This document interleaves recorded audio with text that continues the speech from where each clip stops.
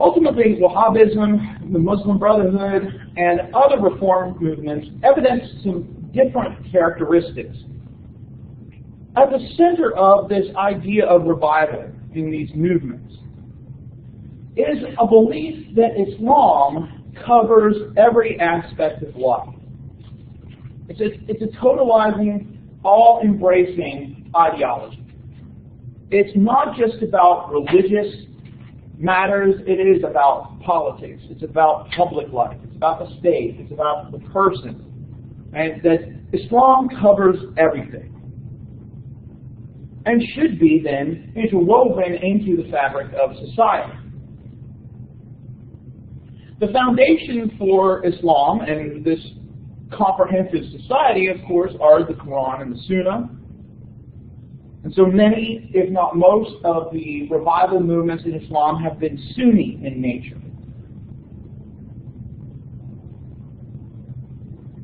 Also for the revivalists, which is different than other Muslims perhaps, especially those that have been westernized, grew up in Western countries, Sharia is a blueprint for society. It's not just guidelines for the person or guidelines in general. It should be followed as Islamic law.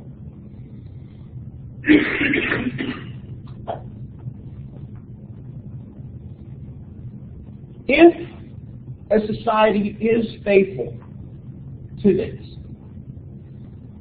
if they work to rule through God's law, reestablish God's sovereignty over a country or an empire, with that comes success, power, and wealth. And so there's a reward in this life as well as the reward in the next.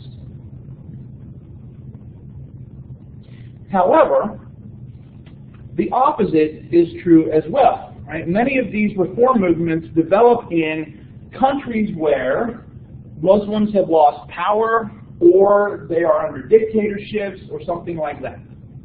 And so they look at those situations as, right, we have strayed from the Quran, we have strayed from Sharia, and so God is punishing us.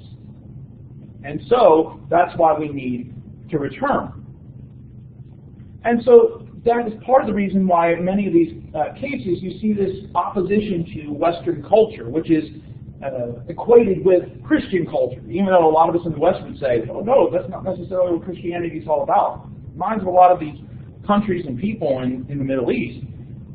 Western culture with its materialism and with its consumerism, that's equated with Christianity.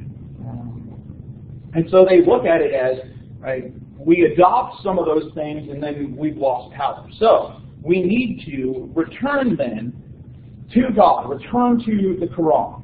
And with that there will be the restoration of Muslim pride, identity, power, as the country, as the people once again submit to God. In many cases, however, a lot of these revival movements at various times have not been opposed to Western science and technology. Right? So while they're opposed to some aspects of Western culture, science and technology have often been used, reinterpreted within an Islamic worldview, in order to avoid this slide into Westernization, secularity.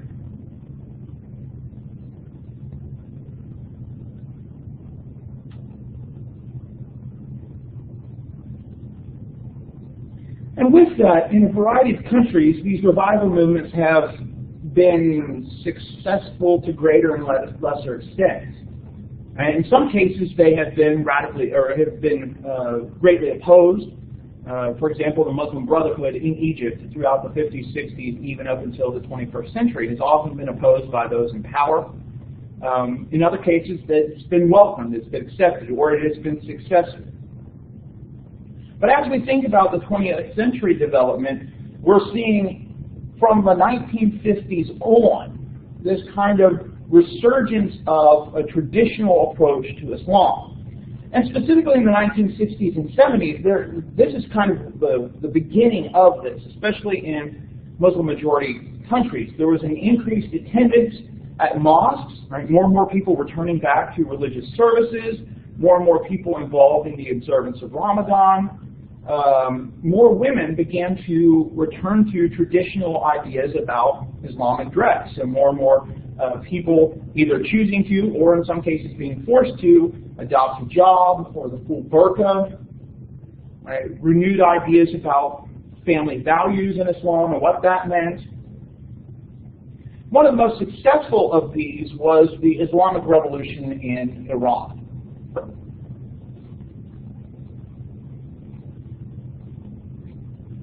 Much of the change in Iran's government in the 1970s had to do with the relationship between the Shah, S-H-A-H, right, the leader of Iran, and the West.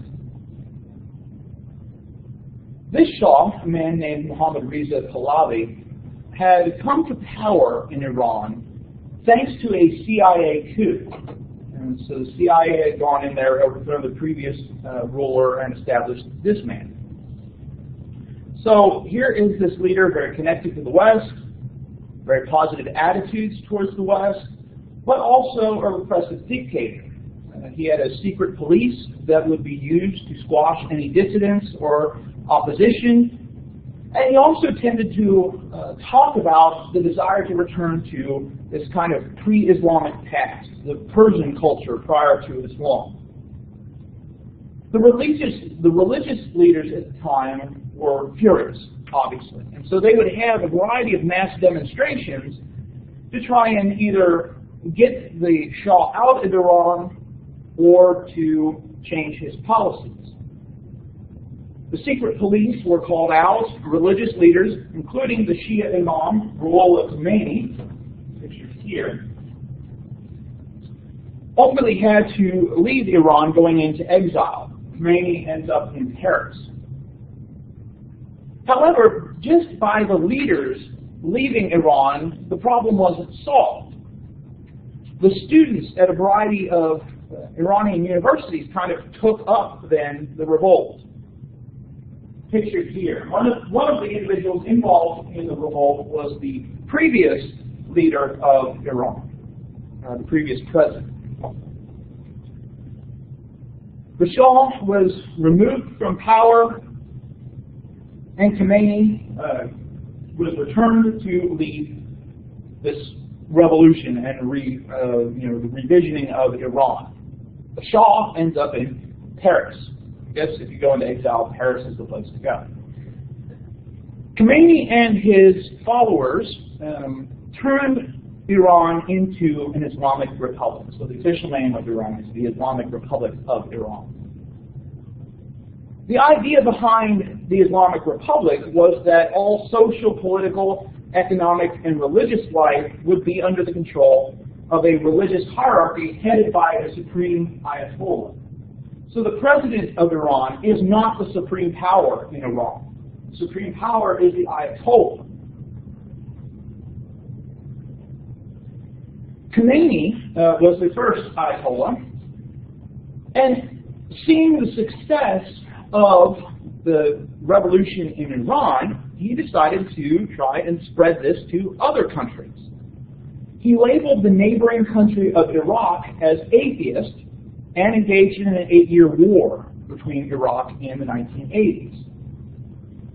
The United States, sometimes secretly, engaged in help in providing aid to Iraq, particularly the leader of Iraq, a man named Saddam Hussein. So he comes to power in Iraq thanks to the help of the United States, only to have to be removed a couple decades later. Revival movements are slightly different than what we might call Islamic fundamentalism, which is where we're going to turn here in a minute. But before I go there, I want to pause and say, what questions do you have? Anything that we need to clarify as we're moving on?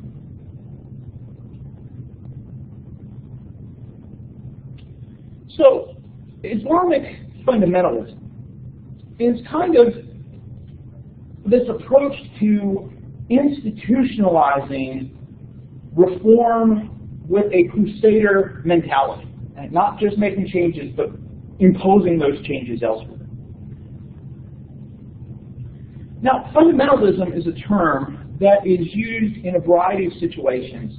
Predominantly, we hear about maybe Christian fundamentalism and Islamic fundamentalism, but people have also spoken of Jewish fundamentalism, very, very small group, but in Israel there is a rather militant, separatist group of Jews that want to change some of the politics of Israel.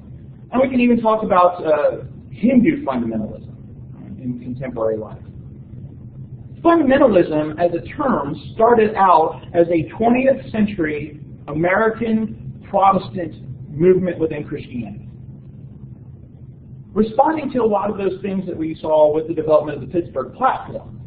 Right? And so the Pittsburgh Platform, the acceptance of higher criticism, the acceptance of modern science, well, fundamentalists in Christianity rejected that, responded to that, and developed fundamentalism. But now, fundamentalism is a term that applies in other religions. And what it demonstrates is that there is this significant connection among these types of groups across different religions. Fundamentalists often perceive threats to their way of life from the larger culture around them. And so they develop primarily as resistance movements. Modern life, modern culture is dangerous. It has the potential to damage deeply held religious truths. And so fundamentalist groups believe that this danger must be resisted rigorously. Sometimes that resistance is simply by, promulgating an ideology, writing or speaking. And in some cases, it's lobbying for political changes. Sometimes it's through violence. Fundamentalists also tend to look back to a traditional religious culture, right? A time that there was once the control that they wanted to see. Right? At one point, this nation, this country, followed the ways of Christianity, Islam, etc. And so for Islamic fundamentalists, this is looking back to that orthodox or rightly guided caliphate. This group of leaders right after the death of Muhammad. Now, often these traditional religious cultures are imagined paths. They didn't exist as they think of, and a lot of the people, the leaders, wouldn't necessarily have adopted many of the things that fundamentalists have done. But with this belief that once in the past things were done the right way, but now they're gone. And so by this divergence between contemporary society and this imagined past, there's this feeling that, among fundamentalists, that they should be the heirs to the founders. That they should be the ones in control of political powers, in control of the country. And so usually there's this resentment, frustration, sometimes anger, sometimes even militancy.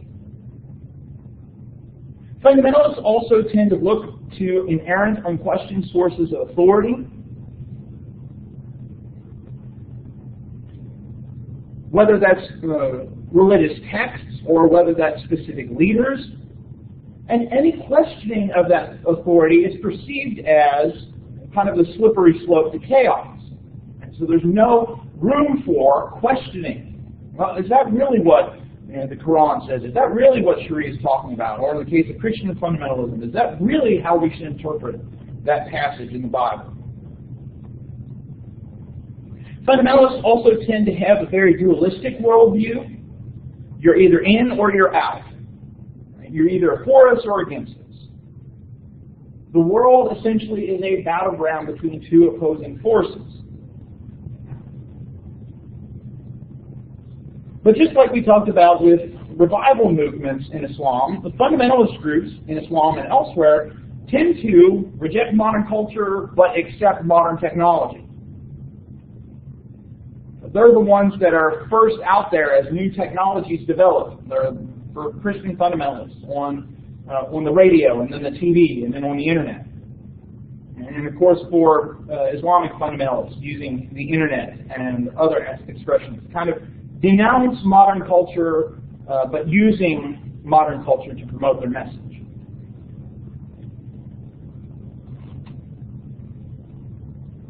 So within these characteristics that we see in different types of fundamentalism, we can talk about Islamic fundamentalism.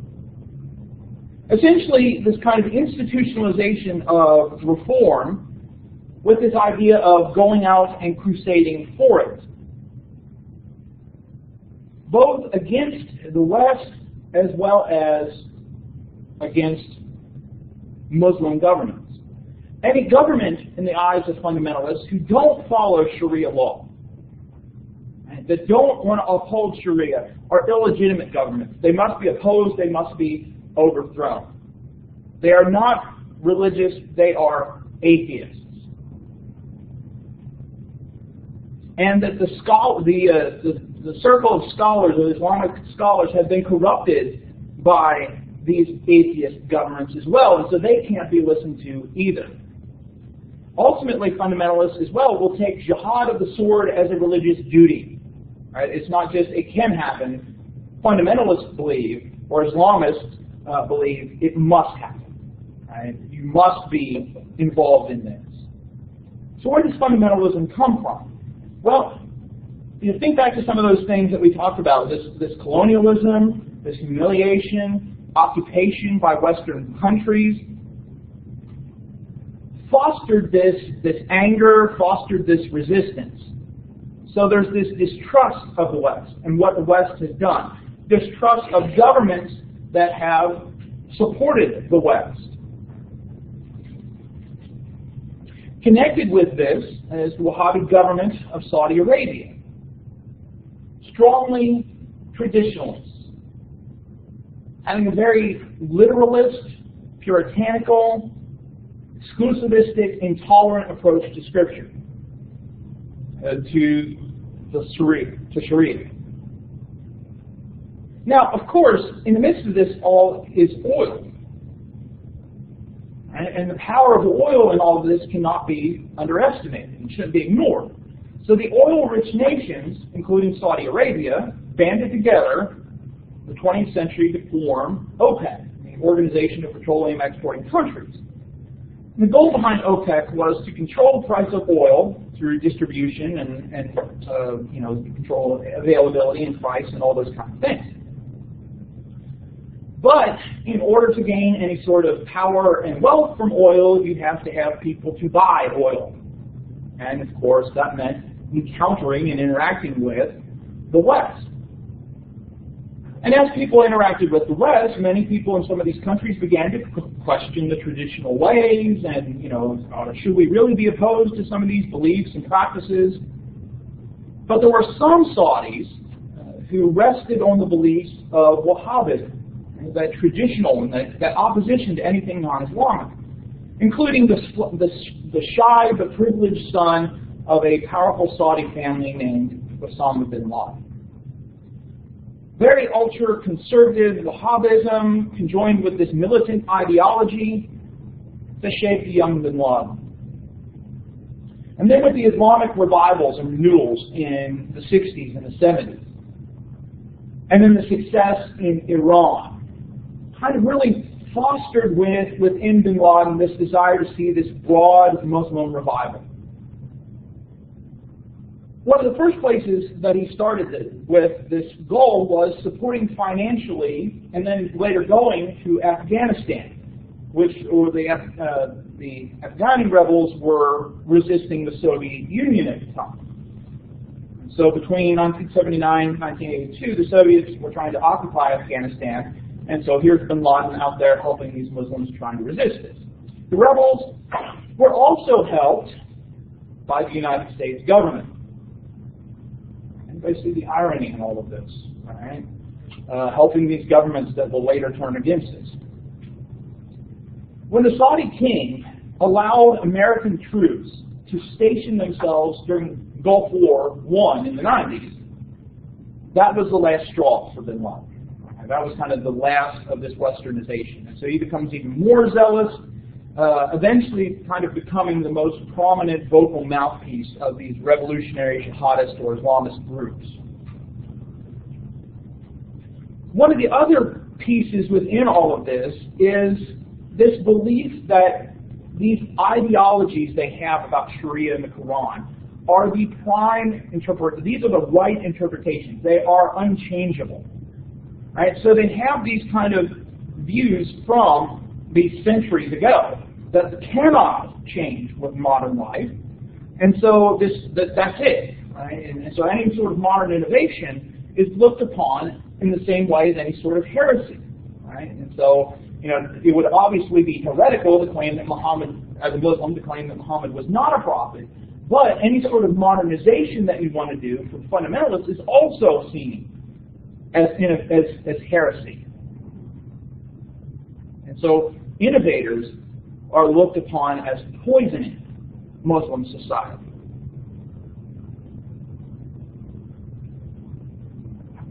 Questions about fundamentalism in Islam?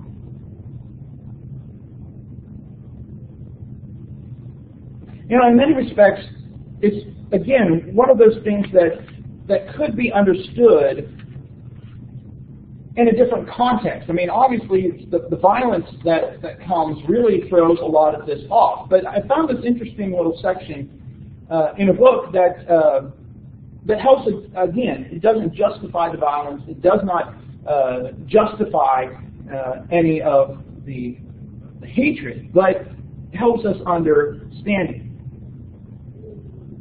Few of us ask, writes a man named Paul Kennedy, how do we appear to them?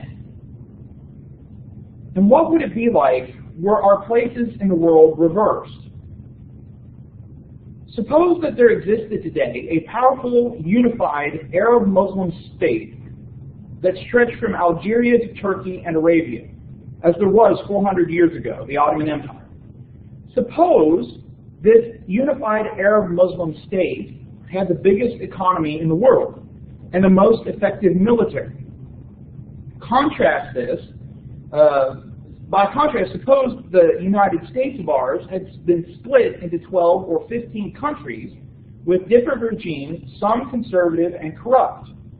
Suppose that the great Arab Muslim power had its aircraft carriers cruising off our shores, its aircraft flying over our lands, its satellites watching us every day.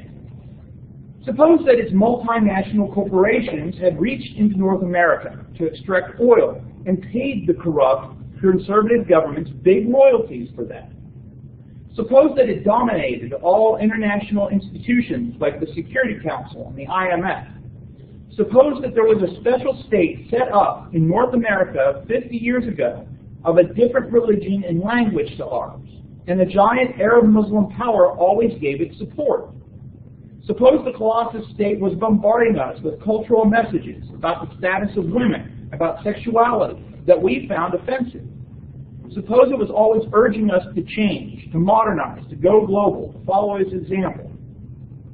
In those conditions, would not many Americans steadily grow to loathe that Colossus, wish it harm, and perhaps try to harm it? Again, it doesn't justify the violence, but by putting ourselves in their shoes, we can perhaps understand why it takes place. Obviously, there is no easy solution to it. But again, a lot of that has been shaped by historical forces.